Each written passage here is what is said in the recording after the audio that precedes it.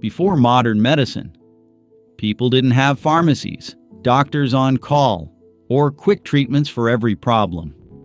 And still, they found ways to deal with pain, sickness, and everyday health issues. Using plants. For a long time, people used simple plants that grew around them. These weren't just for food, they were part of daily life. If someone wasn't feeling well, they would turn to what they had: natural herbs and plants. That's it. No pills, no prescriptions, just nature. And the interesting part is, a lot of these plants are still around us today. We use them in our food and drinks, or in simple home uses, without really thinking about where it all started. Kind of makes you look at your kitchen differently, doesn't it? And here's something you might find interesting. The plant at number 6 was once used for pain and relaxation, and the one at number 8 was commonly used on cuts, wounds, and even insect bites. So in this video, we're going to look at 10 plants people used before modern medicine and why they were so important back then. Willow bark. For thousands of years, before modern medicine, people relied on simple natural remedies. And one of the oldest ones? Willow bark. Used for over 3,500 years. It was trusted by ancient Egyptians, Greeks, and Native Americans for pain, fever, and inflammation. Even Hippocrates, the father of medicine himself, recommended it for reducing pain and fever. Now here's where it gets really interesting. Willow bark contains something called salicin, which the body slowly converts into salicylic acid. And salicylic acid is the natural precursor to aspirin. That's right. The aspirin sitting in your medicine cabinet today started with a tree bark thousands of years ago. That's why willow bark is often called nature's aspirin. But here's the difference. Unlike aspirin, it doesn't hit you all at once. It works more slowly, offering gradual and sustained relief. Almost like nature saying, "Take it easy, I've got you." Traditionally, it was used for back pain, joint discomfort, headaches, and mild fevers. Now, how did people actually take it? Well, it was commonly prepared as a tea, a very bitter tea. And honestly, people said the taste was not pleasant at all. So they would mix it with ginger or cinnamon just to make it drinkable. Sometimes it was taken as a tincture, and sometimes applied directly to sore areas. Today, willow bark is still used in herbal practices for natural pain support. It's not a replacement for modern medical care, but it is a reminder. A reminder that long before pharmacies existed, nature already had an answer. Garlic. For thousands of years, garlic has been more than just a kitchen ingredient.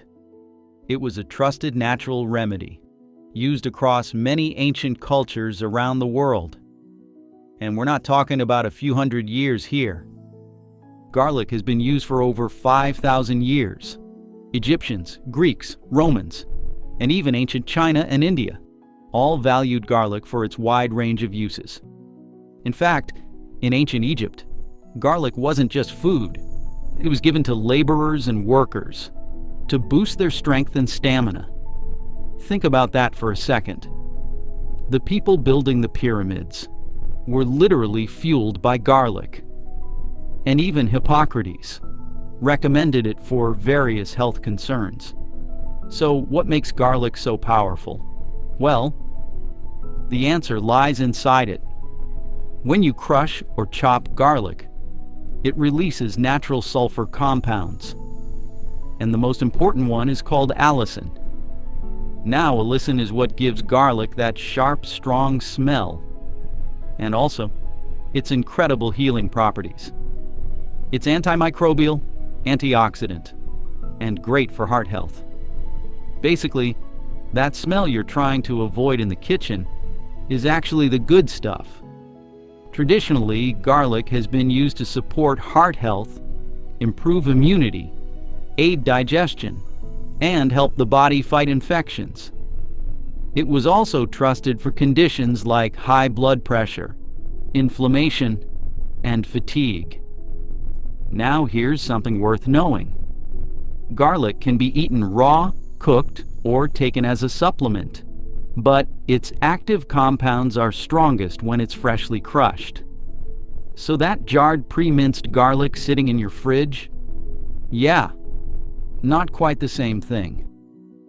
Even today, garlic remains one of the most widely used natural ingredients for overall health support. It's not a replacement for medical treatment, but it is a reminder of how people once relied on something as simple as a clove for their well-being. Echinacea. Imagine this: a single plant that once acted as an entire pharmacy. Just one plant. That's it. I'm talking about echinacea, also known as the purple coneflower. Now, for Native American tribes, this wasn't just a plant. This was their go-to medicine for everyday survival. Their first aid kit, their pharmacy, and their doctor, all rolled into one purple flower. If someone had a cough, a sore throat, or an infection, they turned to echinacea.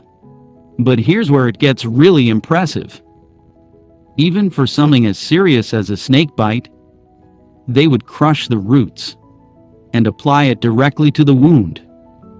A snake bite. Let that sink in for a moment.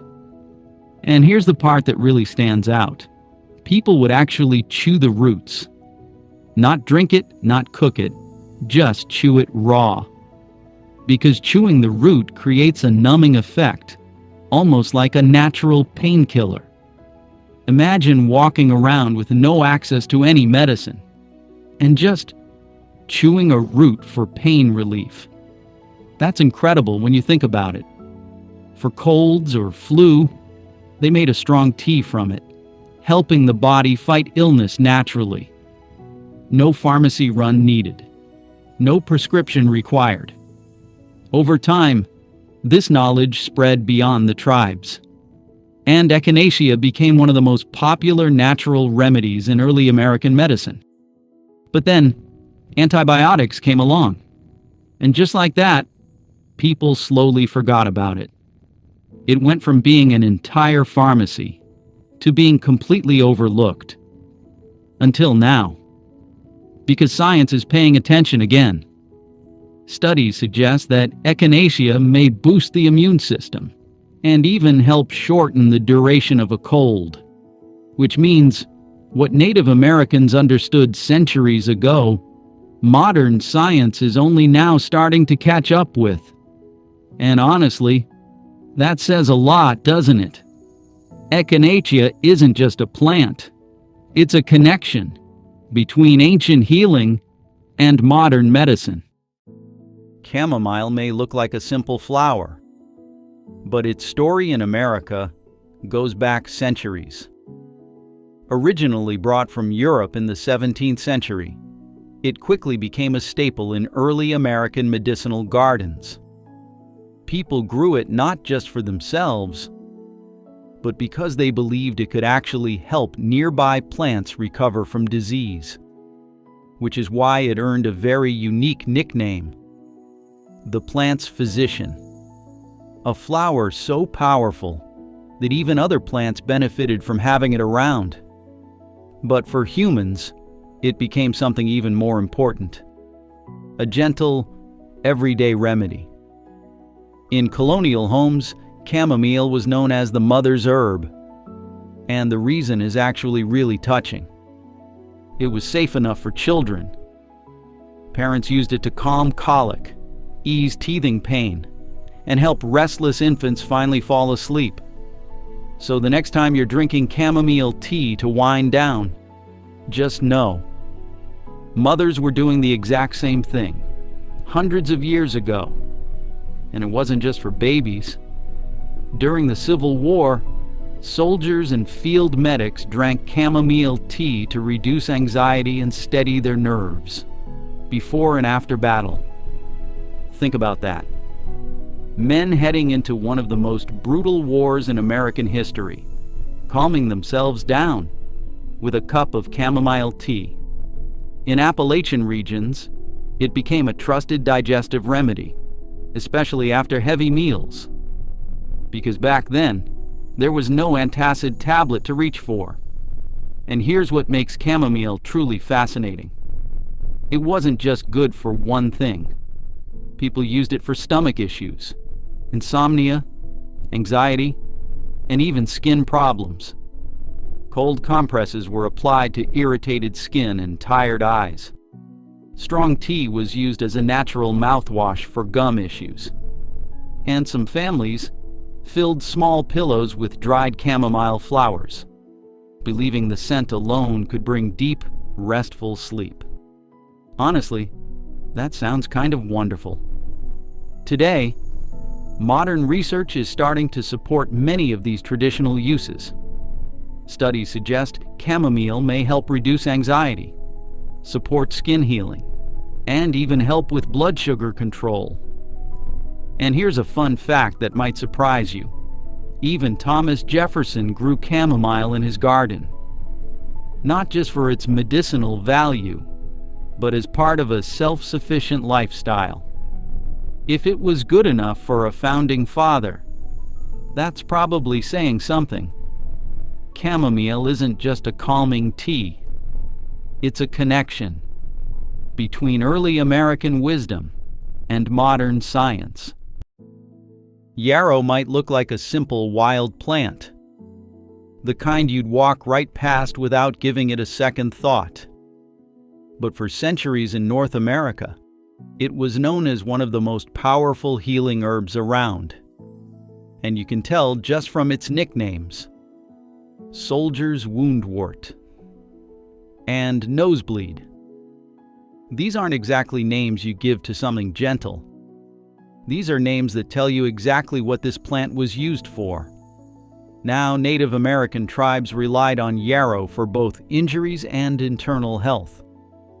And what's fascinating is how differently each tribe used it. The Navajo would chew the root to relieve toothaches. The Zuni applied crushed leaves directly to burns and irritated skin. The Cherokee drank it as a tea to reduce fevers and support digestion, and the Pawnee inhaled its steam to ease headaches and congestion. One plant, 4 tribes, 4 completely different uses. But what really made yarrow famous was something else entirely: its ability to stop bleeding. Hunters and soldiers would crush the leaves and press them directly onto wounds to help clot blood quickly, out in the field with no doctor nearby. This plant could literally be the difference between life and death. That's how it earned its reputation as a battlefield remedy. And it didn't stop there. During fevers, drinking hot yarrow tea would trigger sweating, which people believed helped break a fever during illnesses like the flu. No fever reducer from a pharmacy, just a hot cup of yarrow tea and a lot of trust in nature. Beyond that, yarrow was valued for reducing inflammation, easing joint pain, and even supporting women's health by helping with cramps and cycle regulation. And because it grows so easily across the United States, early settlers adopted it quickly. Fresh poultices for cuts, strong teas for internal issues, and even medicinal washes to clean wounds when clean water wasn't available. By the 19th century, yarrow had become part of formal American medicine. It was even used in Civil War field hospitals to manage bleeding and treat injuries. A wild plant, walking distance from almost anywhere in America, being used in actual hospitals. Today, Modern research is starting to confirm many of these traditional uses. Studies show yarrow may help with skin repair, muscle relaxation, and protecting cells from damage, thanks to its rich antioxidant content. But even back then, people understood its strength. Pregnant women were advised to avoid it, and those with certain plant allergies had to be careful, because something powerful enough to stop bleeding on a battlefield deserves a little respect. Yarrow isn't just another wild herb. It's a powerful example of how ancient healing practices continue to influence modern science. Peppermint. You probably think of it as just a flavor, something you find in gum, toothpaste, or maybe a candy cane around the holidays. But its story in America runs much deeper than that. Peppermint is actually a natural hybrid, a cross between spearmint and watermint. And when it made its way from Europe to the United States, it didn't just become popular, it became essential. By the 1800s, peppermint was so valued that it was officially listed in the United States Pharmacopoeia. Let that sink in. A mint plant, officially recognized in American medicine. And the reason was simple. Its high menthol content. That familiar cooling sensation you feel when you chew a piece of mint gum. That's the same compound that made peppermint medically valuable for centuries. Now, early American communities, especially a group called the Shakers, were among the first to grow and sell peppermint commercially. And they used it primarily for one thing: digestive issues. Gas, bloating, stomach discomfort. Basically, the problems nobody wants to talk about, but everyone has. During the Civil War, field medics relied on peppermint oil to manage stomach problems among soldiers, when stronger medicines simply weren't available. Out on the battlefield, a small bottle of peppermint oil was worth its weight in gold. People also used it as a natural vapor remedy. They would boil the leaves and inhale the steam to clear congestion and ease breathing. Sound familiar? Because we're still doing the exact same thing today. At home, peppermint became a trusted solution for everyday problems. Tea for indigestion, diluted oil rubbed on the temples for headaches, and even mild preparations given to infants for colic. Today, modern science continues to support many of these traditional uses. Research shows that peppermint oil can be highly effective for conditions like irritable bowel syndrome, helping reduce pain and bloating by relaxing the muscles of the digestive tract. It also has mild antimicrobial properties, which explains why it was once used as a mouthwash and throat remedy. So the next time you pop a piece of mint gum or brush your teeth, just remember, you're not just freshening your breath. You're using a plant with centuries of healing history behind it. Peppermint isn't just a refreshing flavor. It's a connection between traditional American remedies and what science continues to validate today. Valerian root might sound like just another herbal remedy, but for over a century in America, it was one of the most trusted solutions for calming the mind. And we're not talking about a small group of people using it quietly. It became so widely used that it was officially listed in the United States Pharmacopoeia for more than 100 years. During World War I, it was even used to help people cope with what we now call PTSD. Soldiers coming back from the trenches, dealing with extreme stress and emotional shock, were given valerian root. Back then, it was also prescribed for conditions like hysteria and panic, which today we simply call anxiety disorders. So while the names have changed, the problem hasn't. And neither has the plant people turned to. Unlike many herbs that were used for physical injuries, valerian became known as a specialist for sleep and mental calm.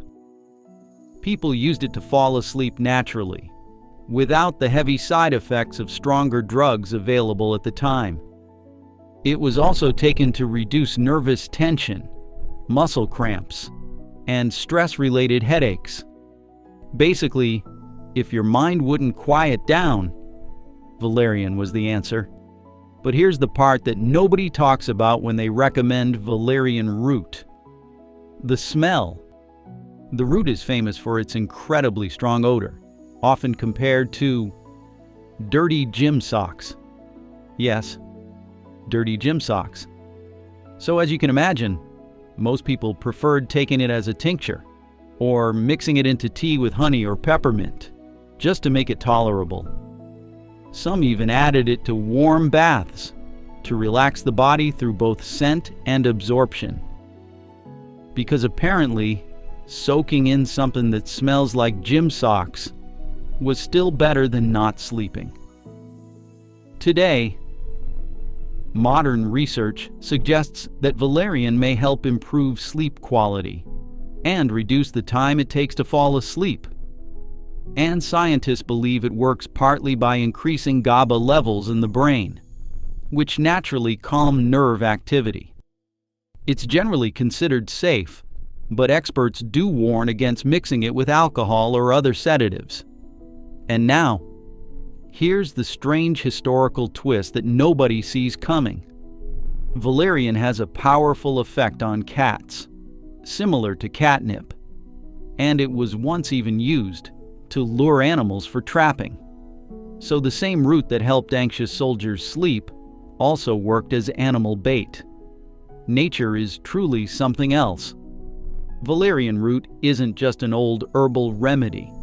It's a fascinating example of how early American medicine tried to understand and calm the human mind, long before modern psychology even existed. Calendula, often called the pot marigold. And if you've ever seen one, it looks like something you'd plant just to make your garden look pretty. Bright orange petals. Cheerful. Simple. But in early America, this flower was one of the most trusted healing plants you could have at home. Brought over by European settlers, it quickly became a must-have in kitchen gardens across the country. Not just for its bright color, but for something far more important: its ability to heal. Now, during the Civil War, doctors and nurses relied on calendula as a natural antiseptic. They used it to dress wounds and help prevent infection, at a time when modern treatments simply weren't available. Think about that for a second.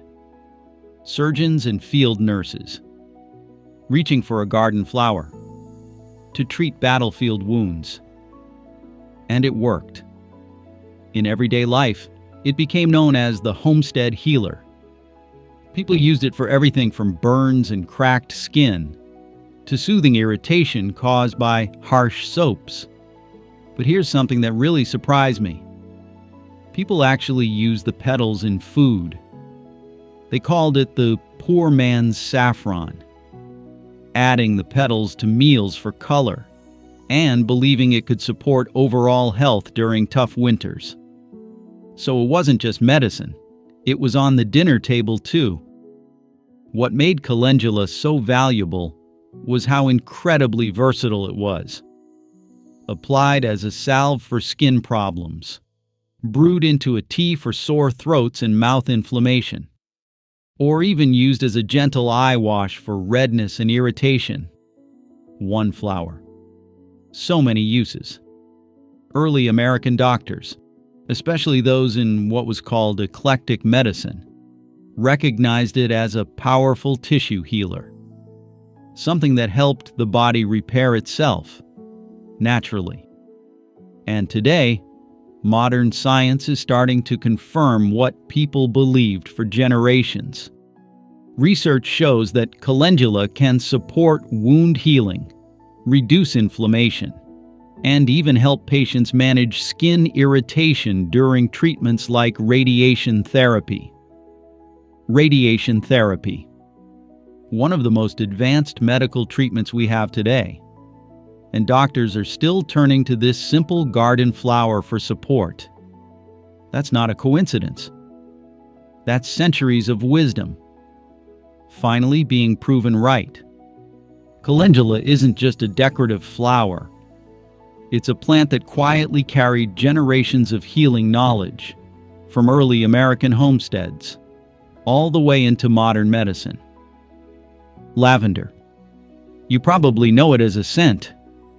Something in a candle, a lotion, or maybe a spray you use on your pillow before bed.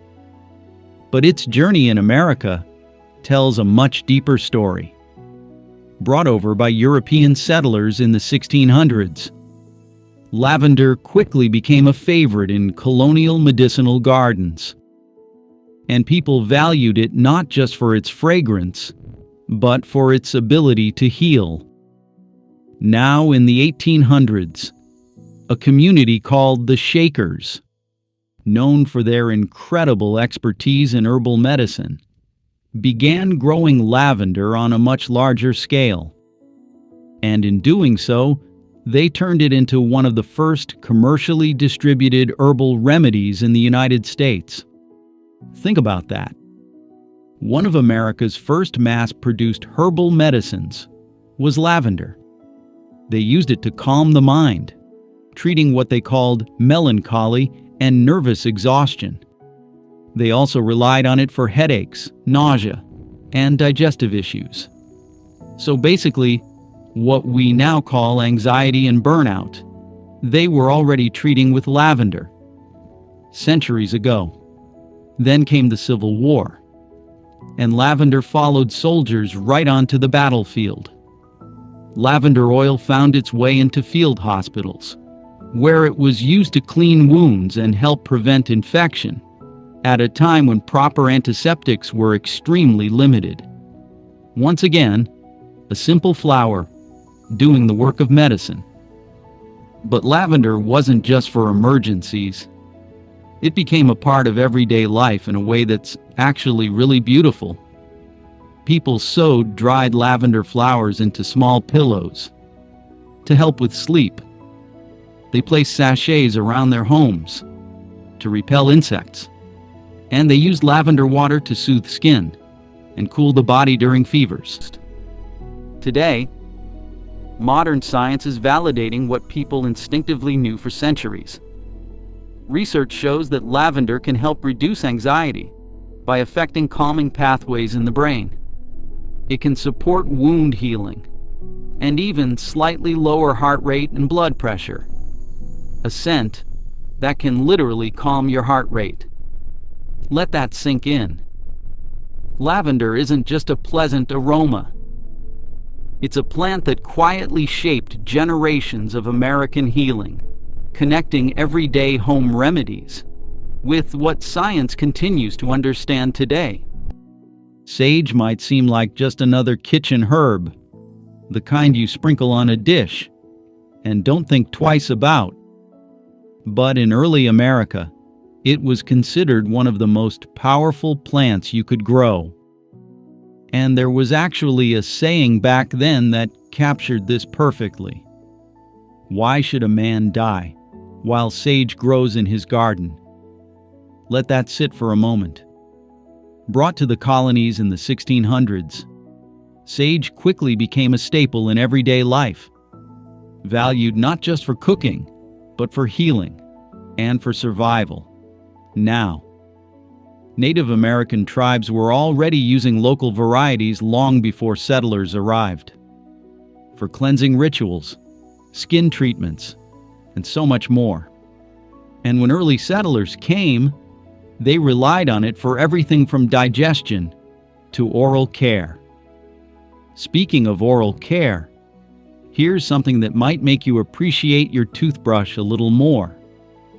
Before toothbrushes even existed, pioneers would rub fresh sage leaves directly on their teeth and gums every single day, using its natural antibacterial properties to keep their mouths clean. No toothbrush, no toothpaste, just a leaf. During the Civil War, sage tea was commonly given to soldiers to help manage fevers and night sweats. At home, it became a trusted remedy for sore throats and mouth infections, often used as a strong gargle to reduce swelling and irritation. And it was always paired with heavy meals, not just for flavor, but because people understood that sage actually helped the body digest rich foods more easily. So every time someone added sage to a big Sunday roast, they weren't just cooking. They were practicing medicine. But here's the part that really stands out. People believed sage could sharpen the mind. It was given to the elderly, specifically to support memory and focus. Centuries before we had brain supplements and memory pills, there was sage. In traditional households, it was used in remarkably simple but effective ways. Burned to purify the air, brewed into teas, or applied directly to the skin to reduce inflammation.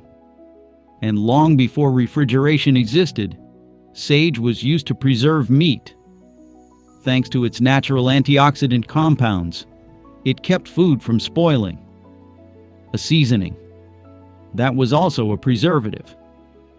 That's not just useful. That's incredible. Today, modern research is beginning to support many of these traditional uses. Studies show that sage may help improve memory, reduce symptoms like hot flashes, and even support blood sugar and cholesterol levels. So the herb sitting in your spice rack right now has been quietly doing all of this for centuries. Sage isn't just a seasoning. It's a plant that carried generations of knowledge, blending daily life, medicine, and survival into one simple herb. And that brings us to the end of our list. 10 plants, centuries of wisdom, and every single one of them still growing somewhere near you right now. These plants are still around us today, in our kitchens, our gardens, and our cups of tea. The only difference is, we've forgotten that they were once medicine too. Nature had answers long before we thought to look for them. And maybe, just maybe, it still does. If you found this video interesting and learned something you didn't expect, make sure to subscribe to this channel, because there are a lot more stories like this waiting for you. And trust me, you don't want to miss what's coming next.